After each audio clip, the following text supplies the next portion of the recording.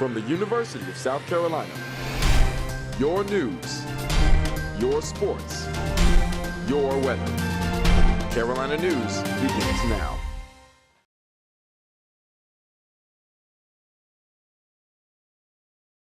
These inspections happen once a year, and it's when higher-ranking USC officials come here to make sure that these cadets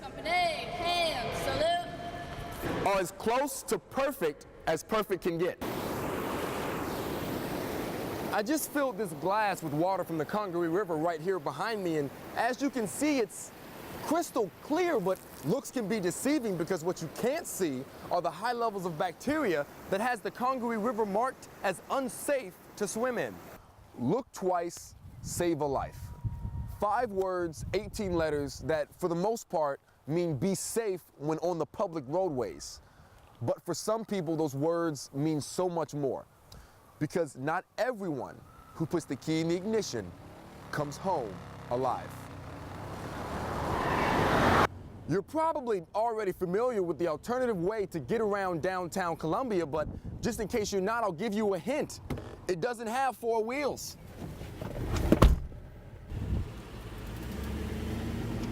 It's these Zapp electric scooters, and as of October 2nd, they just got a lot cheaper to rent.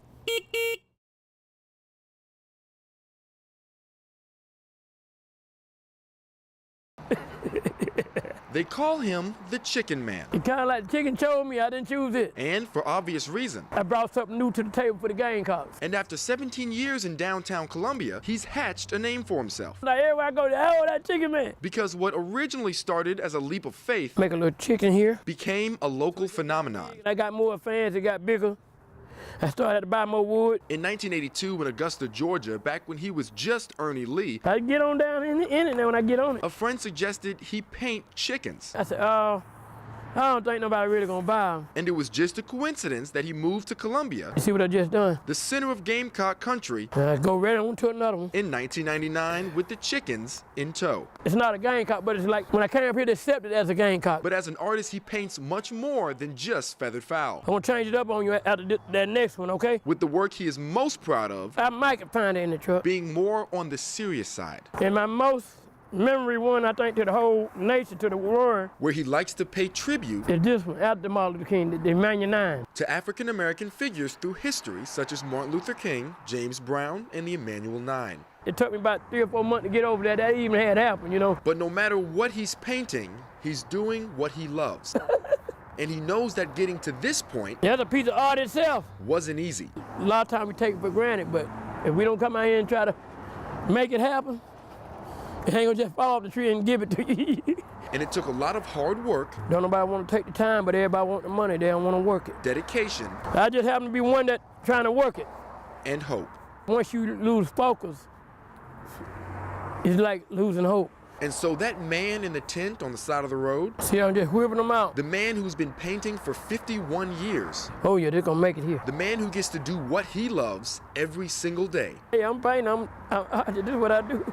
is much more than your average artist. You want something, it's gonna be a lot of work. His name is Ernie Lee, but they call him Cock-a-doodle-doo. the Chicken Man. All right.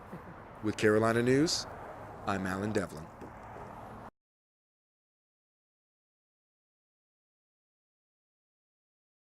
Look twice, save a life. 5 words, 18 letters that, for the most part, mean be safe when on the public roadways. But for some people, those words mean so much more, because not everyone who puts the key in the ignition comes home alive. In May, the Lexington County Coroner's Office started painting white crosses at the site of fatal accidents in remembrance of those lost. And while some people believe that the program titled Cross with Care violates the separation of church and state, Deputy Coroner Laura Moore says that the crosses are a choice, not a requirement. You know, every situation is different. Everybody's beliefs are different. But if a family of a decedent wishes to have that, then, you know, that should be their choice. And it's a choice no one ever wants to have to make, but it's a choice Debbie Williams is all too familiar with, because of what happened on April 16th on Old Barnwell Road, when she stopped hearing from Larry Edgar Williams after he left church on his motorcycle. I sent somebody the direction he normally comes from church, which is Old Barnwell, and then, of course, down the other way, just in case he had to detour or something. When my niece came in and she said they had Old Barnwell blocked, I knew immediately. My gut just told me. And I grabbed my keys and ran out and got in the car, and I got down to this scene. And there was a guy fishing on the bridge. And I said, "What happened?" And he said, "The guy on the bike didn't make it." And I said, "What?" He said, "The guy on the bike didn't make it." On the way home from church, Larry was struck by a driver who was later charged for DUI. By the time Debbie made it to Old Barnwell, her husband of 46 years had already passed. And he became the first recipient of a White Cross from the Cross with Care program. But what's extraordinary is that she says when she wants to feel close to her husband, she doesn't go to the cemetery where he was buried. She gets in her car, drives the 1.5 miles from her house, and walks up the hill on Old Barnwell Road to where the father of her children, her husband, her soulmate, took his last breath. And in regard to the Cross with Care program, Debbie says it's one of the most comforting things to come out of the tragedy. We would lay in each other's arms at night sometimes and say, "You know, one day one of us won't be here. We better remember what this feels like." I mean, I can still close my eyes and feel his arms around me. Look twice, save a life. With Carolina News, I'm Alan Devlin.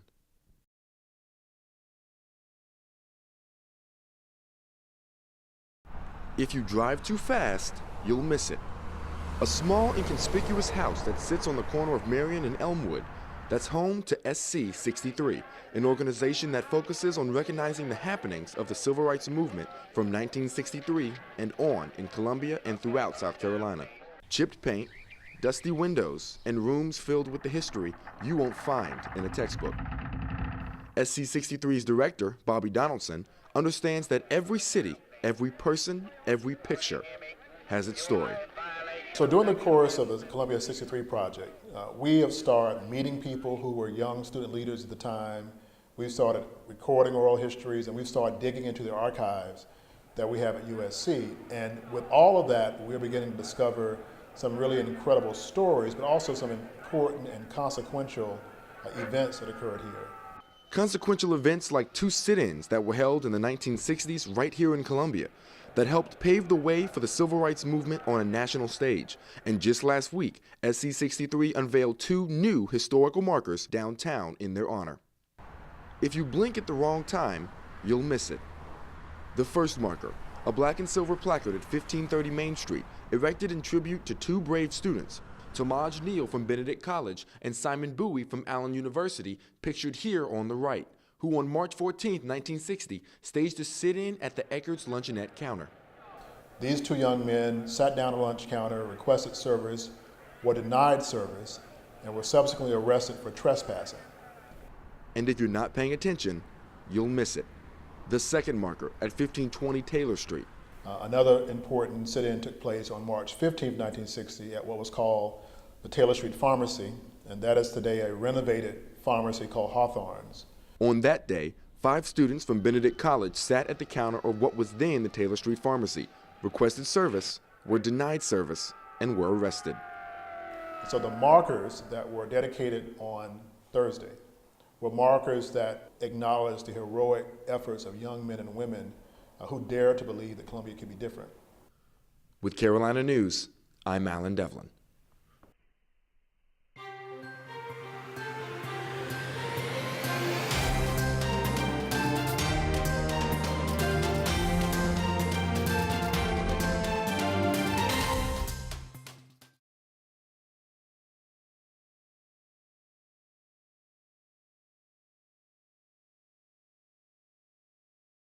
"You're going to jail tonight." The caption for one of the photos that has emerged after a weekend of Halloween celebration turned into a storm of social media backlash. Over the weekend, 2 photos went viral of 2 College of Charleston students' Halloween costumes. One student went as Freddie Gray, the African-American who was beaten while in police custody and whose injuries later resulted in his death. The other student had racial slurs written all over his back, blurred out in this image here. This morning, College of Charleston launched an investigation into the photos, preceded by a statement released by the college president, Glenn McConnell, in which he says, "In no way does this behavior reflect our College of Charleston core values, especially as it relates to diversity, community, and respect for the individual student. Our education and our campus community are about lifting each other up, not tearing each other down." Unfortunately, this is not uncommon on university campuses across the nation this time of year. Dr. Shay Malone, director of the Office of Multicultural Student Affairs here at USC, says she focuses on educating students to prevent these types of situations. I believe that it is a lack of knowledge around how Halloween costumes could be cultural appropriation, how Halloween costumes could be offensive. She also says that USC can benefit from other universities' mistakes. And I think at the University of South Carolina, we can learn from other colleges' experiences and not do that here. So with today being the 31st, USC is hoping for a considerate, creative, happy Halloween. You don't have to be offensive in your Halloween costumes. You don't have to be offensive to have fun. We all have the freedom of speech. Freedom of speech actually means you can dress how you want. Freedom of speech does not mean freedom of consequences. So oftentimes when you dress up in a costume that might be offensive, you don't think about what that might mean to you later.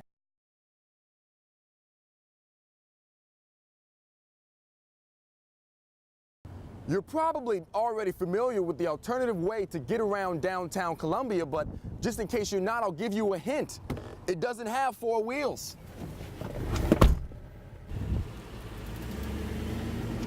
It's these Zapp electric scooters, and as of October 2nd, they just got a lot cheaper to rent. The Zapp scooters were introduced to Columbia in August of 2016. Now, 13 months later, they are running at the rental rate of 30 cents per minute. But the company is introducing a new payment plan that's more cost-effective for its users. A flat rate per month for unlimited minutes, is that correct?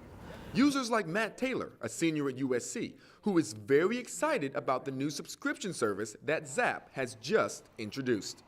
I think for kids who use it often or daily even, it makes a lot of sense just because you'll be saving money. And I think it could actually help them out in the long run because a lot of people are nervous to use them because of how much it costs. If you know you're going to use it, 20 times a month, it makes sense. The subscription allows for its subscribers to ride on the Zapp electric scooters for an unlimited number of minutes for $39.99 a month.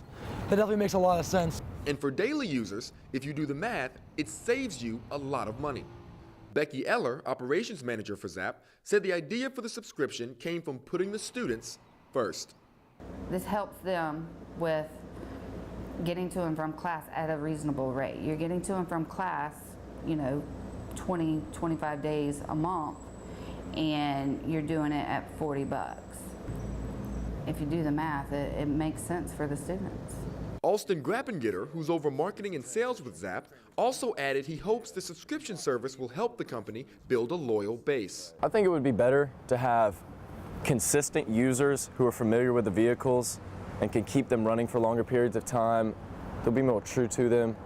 And although, like any company, making money is the goal, Eller says the student safety is what's most important. The students are my babies.